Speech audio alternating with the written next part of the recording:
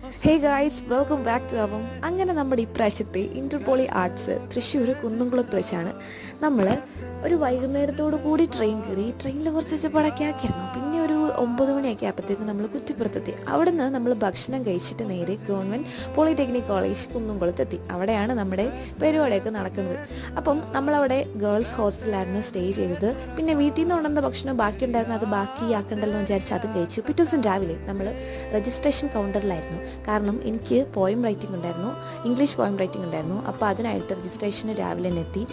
9 മണി 10 മണി എന്ന് പറഞ്ഞിട്ട് 11 മണി ആയായിരുന്നു പരിപാടി തുടങ്ങിയപ്പോൾ. അങ്ങനെ അതും കഴിഞ്ഞിട്ട് നമ്മൾ കുറേ നേരം ചുമ്മാ ഇരുന്ന ശേഷം ഒന്ന് കറങ്ങാമെന്ന് വിചാരിച്ചിട്ട് പുറത്തോട്ട് ഇറങ്ങിയതാ. വലുതായിട്ടൊന്നും അവിടെ കാണാനൊന്നും ഇല്ലായിരുന്നു, എന്നാലും ഉള്ളത് വെച്ച് നമ്മൾ അങ്ങ് അഡ്ജസ്റ്റ് ചെയ്തു.